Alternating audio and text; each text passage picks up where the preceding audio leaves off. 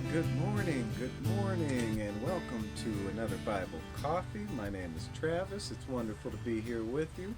My apologies, but Megan's not able to be with us this morning, but she is planning to be back with us on Thursday, so we'll look forward to that. And today we're looking at a very wild story, one that Megan is already regretting missing out on because there's been a lot of build up to this, but this is Genesis chapter 19. Here we find the destruction of Sodom. So let's dig in. Please remember that I will be reading from the column on the right, the JPS Tanakh translation, and the column on the left is the NRSV translation. You are invited to follow along on either side or with your copy of the Bible at home, or just listen as we read.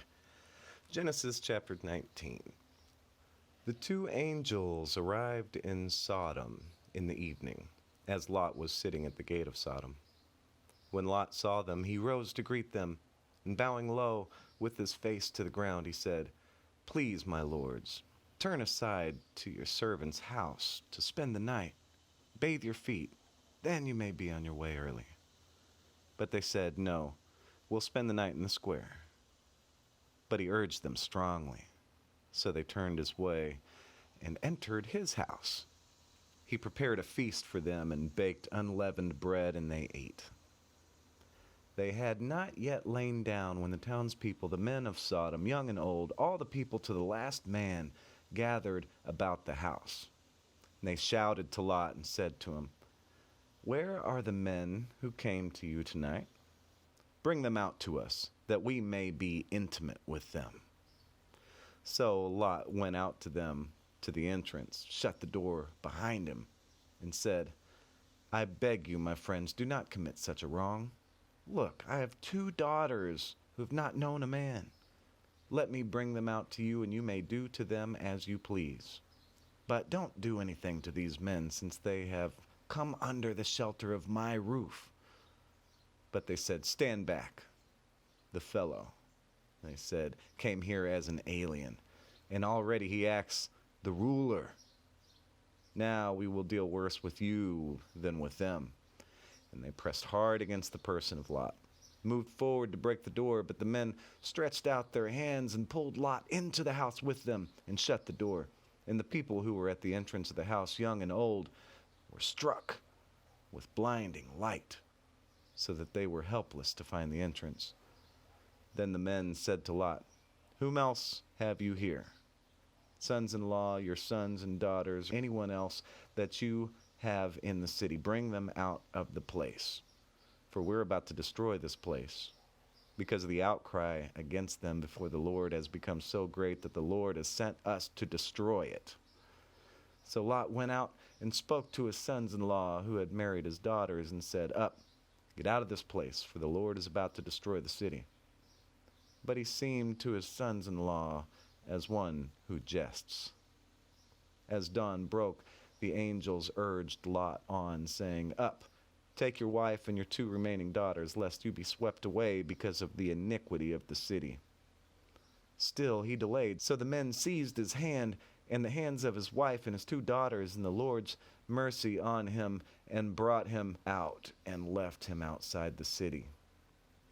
When they had brought them outside, one said, "Flee for your life. Don't look behind you nor stop anywhere in the plain. Flee to the hills, lest you be swept away." But Lot said to them, "Oh no, my lord. You've been so gracious to your servant, have already shown me so much kindness in order to save my life. But I cannot flee to the hills, lest the disaster overtake me and I die.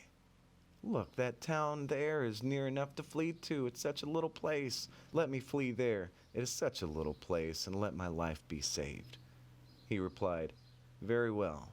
I will grant you this favor too, and I will not annihilate the town of which you have spoken. Hurry, flee there, for I cannot do anything until you arrive there." Hence the town came to be called Zoar. As the sun rose upon the earth and Lot entered Zoar, the Lord rained upon Sodom and Gomorrah sulfurous fire from the Lord out of heaven. He annihilated those cities and the entire plain, and all the inhabitants of the cities and the vegetation of the ground. Lot's wife looked back, and she thereupon turned into a pillar of salt. The next morning, Abraham hurried to the place where he had stood before the Lord. Looking down toward Sodom and Gomorrah and all the land of the plain, he saw the smoke of the land rising like the smoke of a kiln. Thus it was that, when God destroyed the cities of the plain and annihilated the cities where Lot dwelt, God was mindful of Abraham and removed Lot from the midst of the upheaval. Lot went up from Zoar and settled in the hill country with his 2 daughters, for he was afraid to dwell in Zoar. And he and his 2 daughters lived in a cave. The older one said to the younger, "Our father is old, and there's not a man on earth to consort with us in the way of all the world. Come, let us make our father drink wine.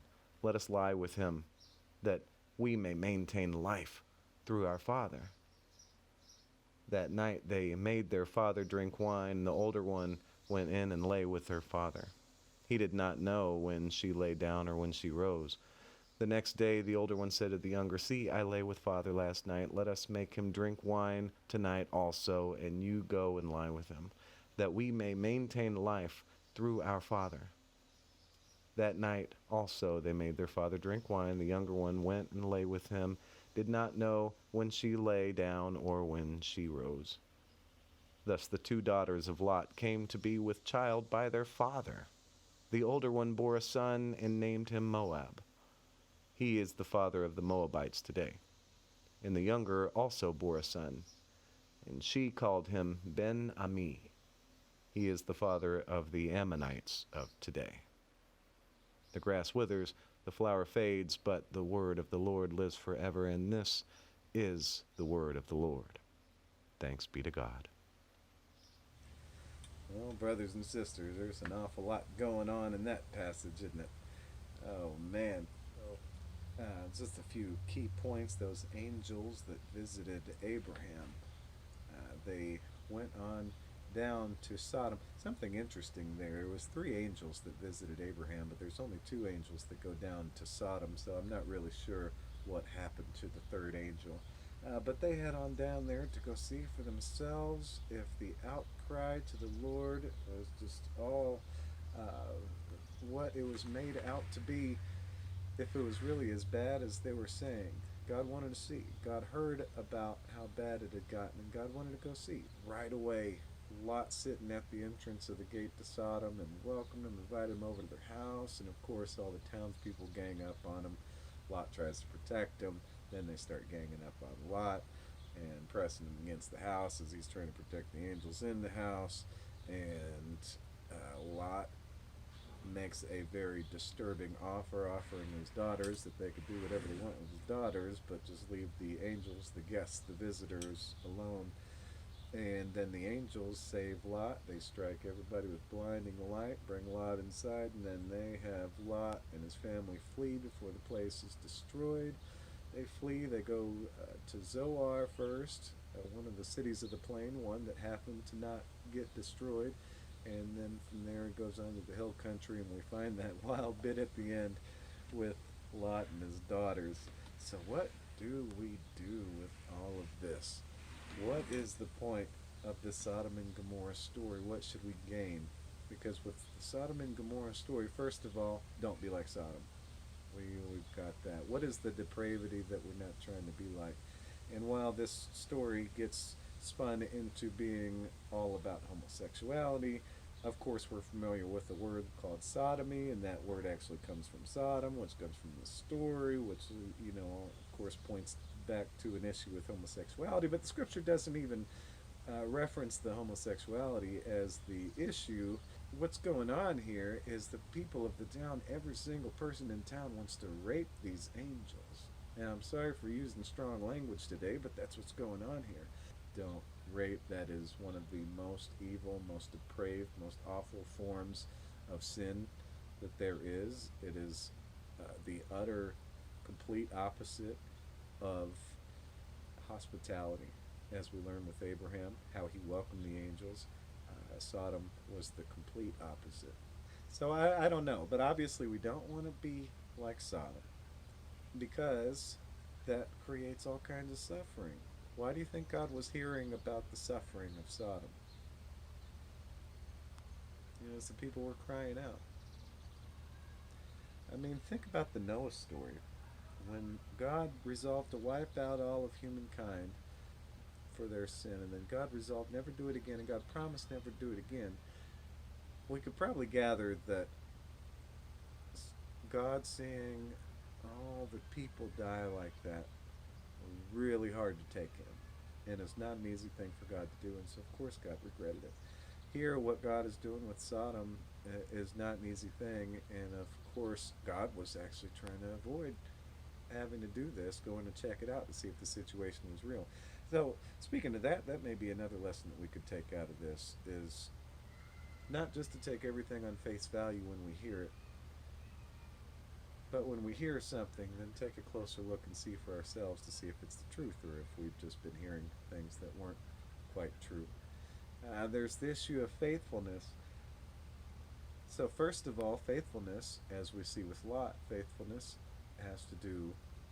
has a lot to do with hospitality. Whereas Lot's place in the story, but welcoming the angels in, and actually welcoming the angels in exactly how Abraham welcomed the angels in, with this extreme sense of hospitality, going over and beyond. No, no, no, you can't stay in the square. Stay with me. You'll be safe with me. And I think Lot knew the folks in that town, and the folks in that town were familiar with Lot, and they didn't really like him. Anyways, we saw him trying to protect the angels. They weren't happy about that. So we see a good example with Lot not only being hospitable, but also putting himself on the line to protect innocent people. That's beautiful. In the end, God saves Lot, leads his family out. Unfortunately, his wife doesn't show that pure faithfulness, and as she looks back at the city as it's going up in flames when she wasn't supposed to, and so she got turned into a pillar of salt. And that explains, of course, why Lot and his daughters were alone at the end. And the destruction was so great, even though they had just come from Zoar, just one of the other cities of the plain, one of those 5 cities of the plain that was mentioned before. They went to Zoar, and then left Zoar, went to the hill country. After the other cities had been destroyed, Zoar was never destroyed. But for some reason, his daughters think that they are the only people left on earth, that Lot is the only man left on earth, and he is the only way that they're going to have children. So then they decide to get him drunk and have children by him, which is a whole nother wild event, and that is to explain the beginnings of the Moabites and the beginnings of the Ammonites, which of course is kind of a derogatory beginning to their story. But that's because Israel and the Ammonites and the Moabites were enemies. They fought a lot. But something interesting about that, about the Moabites, is that the Moabites is where Ruth came from. I don't know if you remember Ruth, one of the greatest books of the Bible, one of the greatest stories there. Ruth was a Moabite, and she became an Israelite. And after the men died in their family, in that story later on in the Bible, we find that Ruth could have gone home to Moab, but no, she stayed with Naomi. And that's not only interesting because Ruth is amazing, but that's also interesting because that's where Jesus comes from, and that's where King David comes from. They come from this line that extends back to Ruth, who was a Moabite, which is fascinating. So as we find these derogatory explanations where the Moabites and the Ammonites came from, we also should remember of how important these people still remain being. Oh, there's Bianca. Come here, Bianca. Hey, baby. Oh, look. Oh, look what we got here. Oh, her mama wasn't able to make it today, but she's here covering just to help out because she knows that I need the help. And she also just loves hanging out with you. So why don't we just hang out for the rest of the time here? So yeah, there's just so much to gain from this story, although the story being such a tough story to work with, some of those important things might get lost on us. But perhaps we could go from here, remembering just a few important things. Hospitality. And that is the heart of the story. Oh, thank you, Bianca. So hospitality like that, where someone just needs a kiss, and you're just there to give them a kiss and the cuddles that they need. Yeah, and that's a little bit of hospitality. She makes me feel at home, and that's the kind of love that we need to offer to each other. And that's the kind of love Abraham gave the angels. The kind of love Lot gave the angels. It's the kind of love that God gives us. So let's really focus on our hospitality and how to welcome each other, how to love each other as we're supposed to, so that we don't become like that depravity that was in Sodom, whatever exactly we're supposed to pinpoint as the real fault of Sodom, or whether it's just a whole slew of things that were acting together. You know what I mean? Yeah, I think she agrees. She's looking like she agrees. And that faithfulness of Lot and Abraham, and of course, when God tells us to do something, we do it. We don't do the opposite, so we don't get turned into a pillar of salt. So, on that note, people of God, thanks for joining with me today. And we'll look forward to seeing you again on Sunday. Oh, by the way, we have a picture for you today. I'm going to show you right now. And this is a picture of a little something of water, and we were wondering if you have any idea what this water might be. It has something to do with the passage today, and this one may be a little tricky, but we need to get trickier because some of y'all are guessing these pictures way too easy. But we'll find out this may be an easy one too. Thank you all so much for joining me, and we'll look forward to seeing you again next time. I think Bianca's got the right idea. She's ready to go right back to sleep. I think she's gotten up too early. So I'm going to let her go back to sleep. I'm going to drink some more coffee. You all have a beautiful day, and we'll see you next time. God bless you.